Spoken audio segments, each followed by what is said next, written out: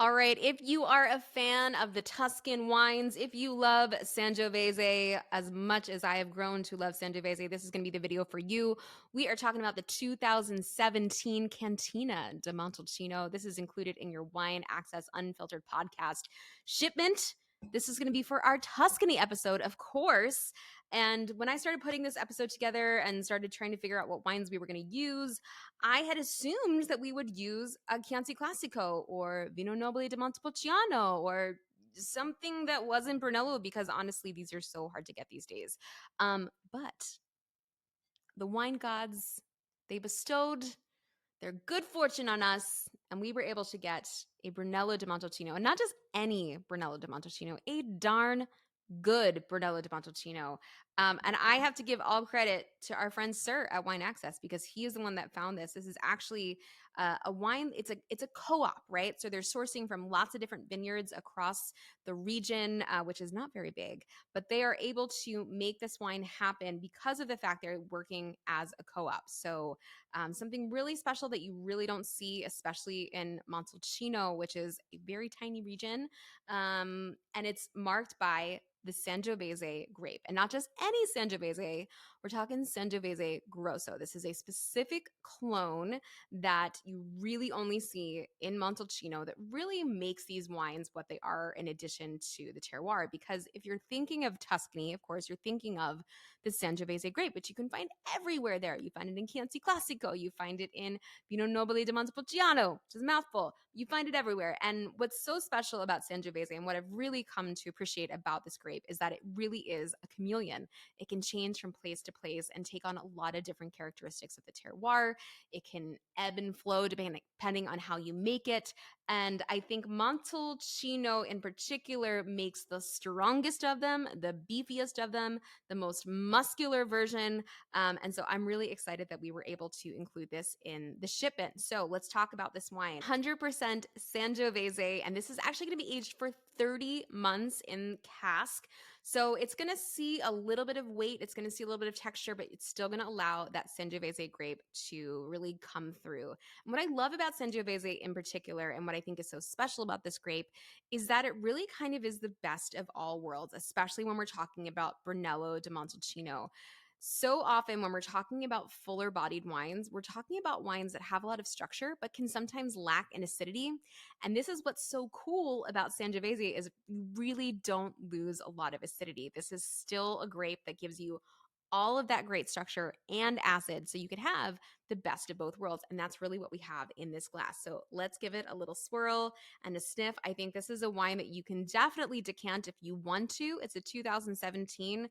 So it's got, it doesn't have age on it per se, but it's had time to relax a little bit. And so for that reason, I think 20 minutes, 30 minutes in a decanter or in your glass, you're going to be really, really golden. Also, just remember cellar temperature is really good for these wines. So 55, 60 degrees. You can put it in your fridge if you don't have a wine storage situation and just take it out, 20 minutes before you're about to serve it. It'll get it to that perfect temperature. So on the nose, I think immediately what should strike you are two things, cherry and tobacco. And for me, these are things that I always find in Sangiovese. But it almost smells like Pinot, but just a little darker, right? Lots of cherries.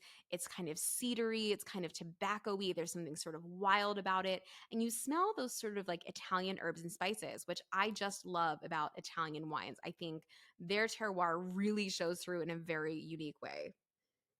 Now, I will tell you, I've had this sitting in glass for about 15, 20 minutes because I really wanted to open it up. And already the nose has changed quite a bit since I've opened it. Let's give it a taste. Mm. There's that acidity I was talking about. That acidity is so intense, but it's really anchored by that great structure that it has at the bottom. So you should feel the tannins. They're definitely there. I find them on my tongue, but that acidity, that when you got your gleekers going like that, that's acidity, right?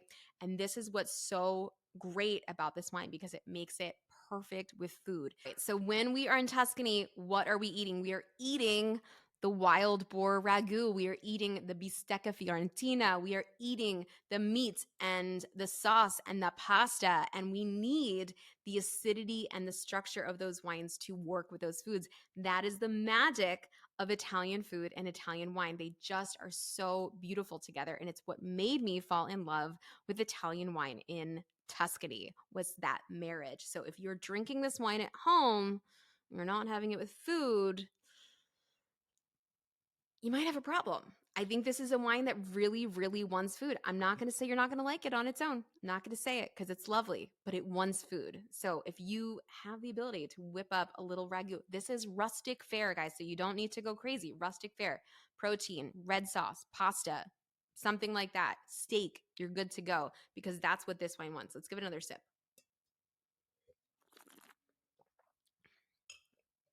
Do you see all that earthy stuff underneath it there too? There's like this great, it's not quite umami. It's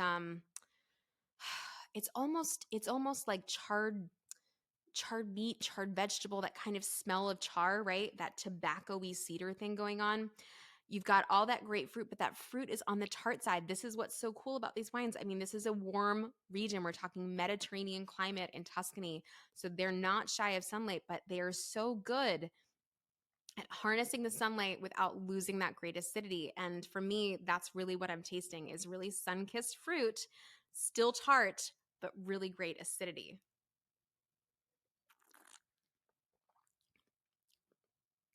I think for me, this wine just sort of like tells the story of the region. And if you close your eyes and you imagine the rolling green hills of Tuscany, if you imagine sitting at a little trattoria, just having a little bit of food, I think that you can imagine where this wine came from. Tuscan wines tell a story.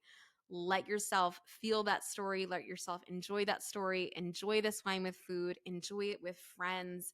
Enjoy it over the course of a few days if you can. If you're drinking this alone, if you're drinking it slowly, this wine is not going anywhere. One of the beauties of Italian wine is you can kind of let them go for a little while. So I hope you're loving this wine. I know I am, and every time I go back to it, I find something else. Look for those Italian herbs and spices, look for those cherries, look for that tobacco, feel that acidity, feel that structure. This is Brunello di Montalcino. Cheers. I hope you love it.